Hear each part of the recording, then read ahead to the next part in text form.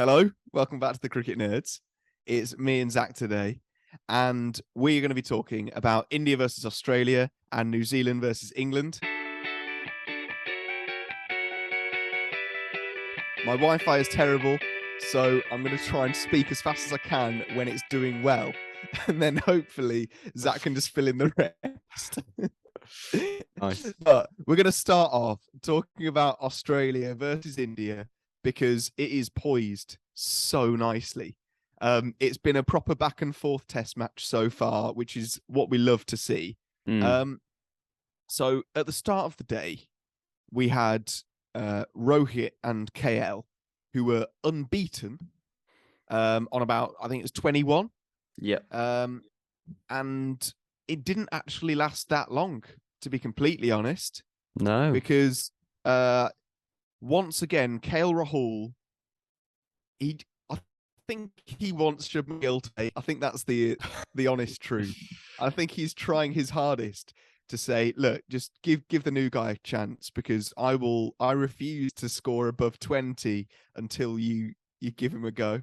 Yeah, I think with KL Rahul is he's got a decent record away from home, and he's good, obviously, in the shorter format of the game in 2020 cricket, but he hasn't really done awesome things for India in India at the moment. And yeah, he's keeping an informed batsman off the team at the moment. But to be honest, there aren't many Indian batsmen who are in form currently. Cheteshwar Pujara's not. I know he's playing his 100th Test match. You've got a duck. Imagine getting a duck in your 100th Test match. That would be. That's rough. Oh yeah, that's awful. Virat Kohli batted well, but again in Test matches he's still missing that elusive 100, which is he's not managed to get yet. There is a question as well, sorry, about whether Kohli was out. Yeah, true. Because it was Kuhneman's first Test wicket, which what a first Test wicket to take. Brilliant. Yeah. Virat Kohli. But yeah, it did look very close. And the third umpire, who I think it was, I can't remember who it was, but they just couldn't get enough to overturn the decision. But it looked very close to being an inside edge. And like, I think because the bat was so close to the pad at the impact, it could have been a spike on the bat, could have been a spike on the pad. Yeah. I think it depends on where you were born as to which one you think it is. I think that's the problem with the on-field decision, because if you go with the soft signal or what the umpire said, then you're basically going off an umpire seeing it in real time and saying, well, that's the soft signal. Whereas you can be an umpire watching it in slow motion, see the ball almost hitting the bat, and one person would say, oh yeah, I think that's hit the bat. Another person might say, oh, it's missing the bat. And so there's no, it's really hard to make that decision either way. So I think you might say Virat Kohli's unlucky. You might say, well, benefit of the doubt goes to the bowler because the umpire gave it out. So yeah, it's hard to know either way. But yeah, so Virat Kohli, he played all right today. But yeah, the rest of the Indians batting, well, the top order of India's batting, the top 7, struggled, I guess, because Australia bowled very well, especially Nathan Lyon, who for his first 20 odd overs was very, very impressive. Nathan Lyon was so much more, like, he just looked back to normal this time. He was getting more turn. I think potentially he was taking my advice as a premium off spinner. It looked like he was bowling the ball slightly more horizontally with the seam position as opposed to the 45 degrees, which is what Todd Murphy was doing. Don't know if Todd Murphy told him what I thought. But yeah, it was just far more consistent, far better control of line and length as well, which is what you expect from him. And yeah, 5 very deserved wickets, I thought, and huge ones. I mean, to be fair, if you take a wicket against India, you can argue that all of them are massive wickets, down to their number 9, who's Ravi Ashwin. Yeah. So took the biggest wicket today, but they were genuinely huge wickets. But I've got to say, story today was of the rescue act from Axar Patel and Ravi Ashwin, who from looking like Australia were going to have a very decent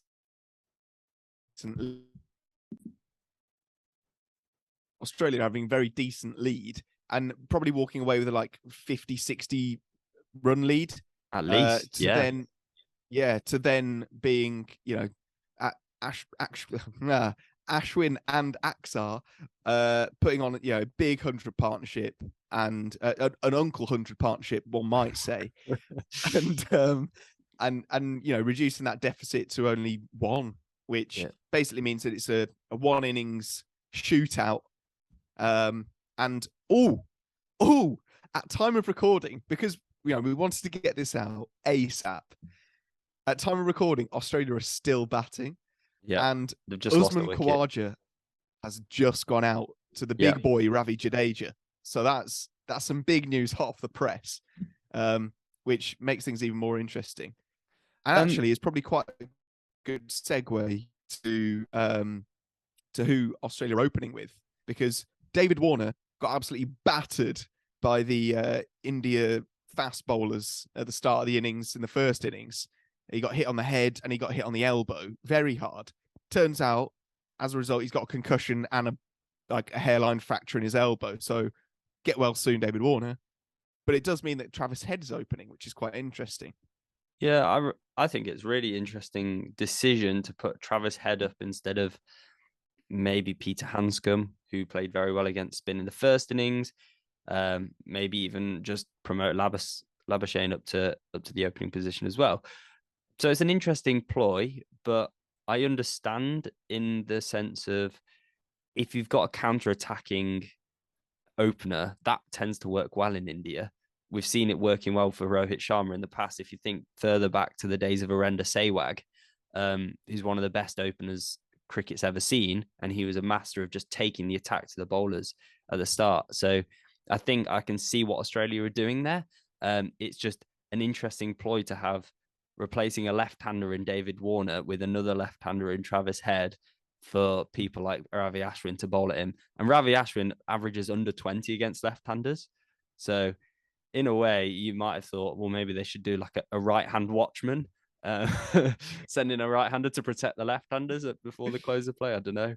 But I think one thing that Australia are trying to do is think about how they deal with the new ball.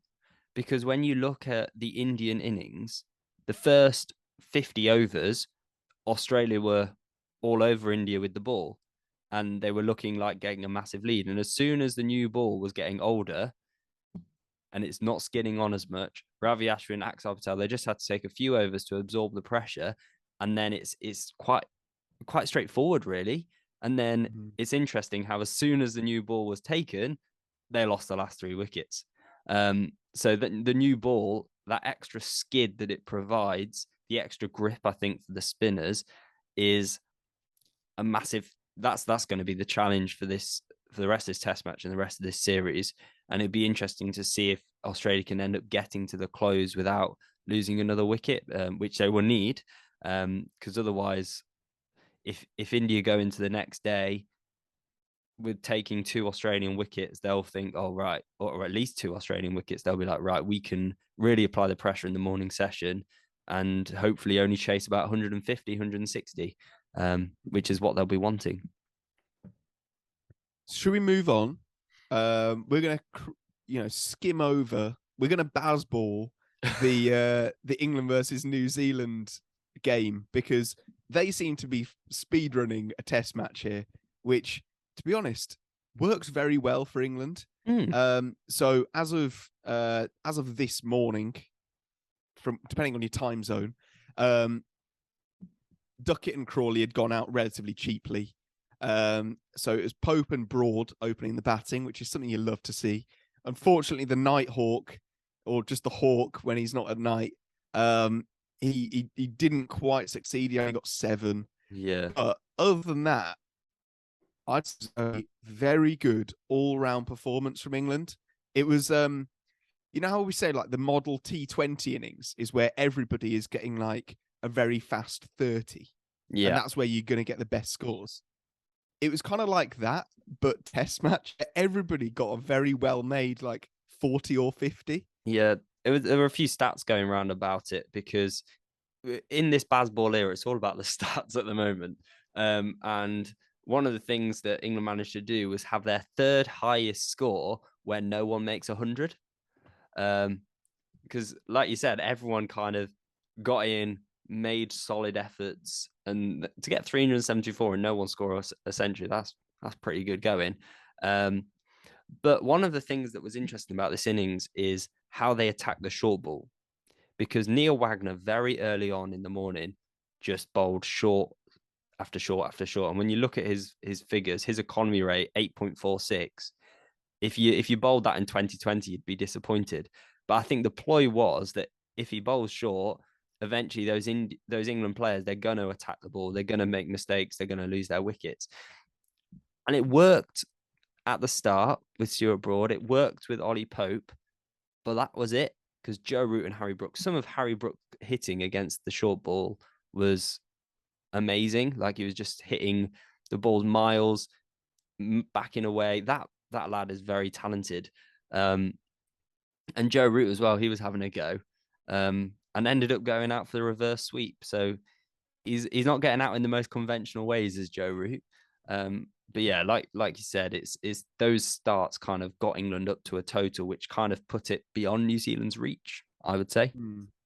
Yeah, and I think on Joe Root, I know there were quite a lot of complaints because he went out doing a reverse scoop in the first innings and then a reverse sweep in the second. People are kind of complaining about, saying like, yeah, he's going out silly.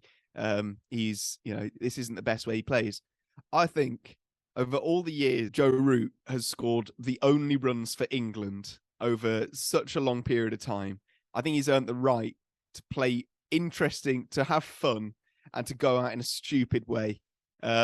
Because he's earned the right. So cut the guy some slack. Yeah, I would like to mention before we move on to New Zealand's batting, just New Zealand's bowling, because I know that there were some issues there.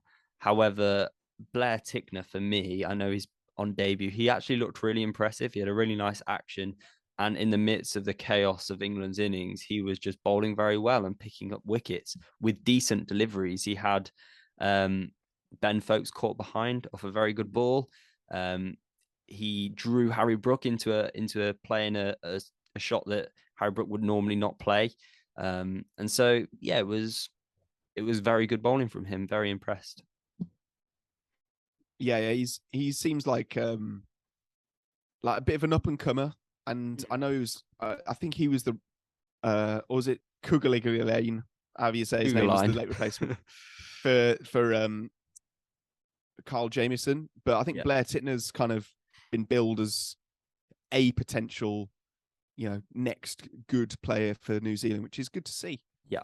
So yeah, moving on to the New Zealand innings, and don't you love it when Stuart Broad gets the wind in his sails? He is a vibes bowler you've ever seen, and he was just steaming in. And I think he took the 4 biggest wickets in New Zealand cricket at the moment. Yeah, and also what was awesome to see is they were all bowled. Like, there's nothing more satisfying for a bowler than watching the ball just clip the top of the stumps. And yeah, it was really nice to watch Broad bowling. And when he's got his tail up, it's just insane. He can just run through teams, can't he? And he did that today. And I think it's the first time since there's more stats for the Bazball. I think it's the first time since the 1960s that the top 3 batters have all been bowled.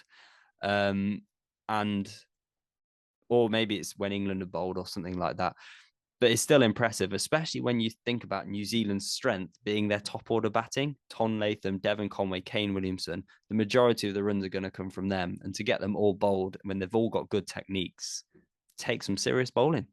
Yeah, I thought the way Stuart Broad just was able to turn it on, become like the most potent bowler for that brief period of time, is why he gets in that team.